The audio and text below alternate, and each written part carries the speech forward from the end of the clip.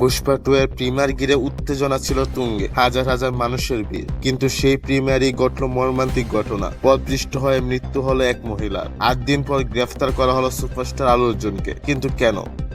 চলুন জেনে নিই পুরো ঘটনা। ঘটনাটি ঘটে হায়দ্রাবাদের একটি প্রেক্ষাগৃহে, যেখানে পুষ্পা 2 এর গ্র্যান্ড প্রিমিয়ার হচ্ছিল। প্রিয় তারকাকে এক নজর দেখার জন্য উপচে পড়েছিল জনতা।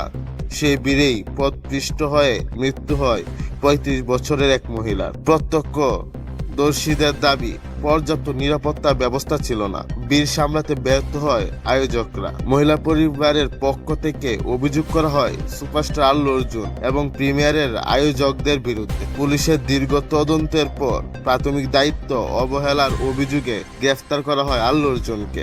আইন অনুযায়ী আয়োজক এবং প্রিমিয়ারে উপস্থিত সেলিব্রিটিদের দায়িত্ব থাকে জনসুরক্ষা। এই ঘটনার জন্য আল্লু অর্জুন এবং তার টিমকে কাঠগড়ায় দাঁড় করানো হয়েছে। একটি সিনেমার প্রিমিয়ার যা হতে পারে সেলিব্রেশনের দিন, তা পরিণত হলো শোকের ঘটনায়। এখন দেখার বিষয় তদন্ত কি মোড় নেয় এবং আল্লু অর্জুন কিভাবে এই অভিযোগের জবাব দেন।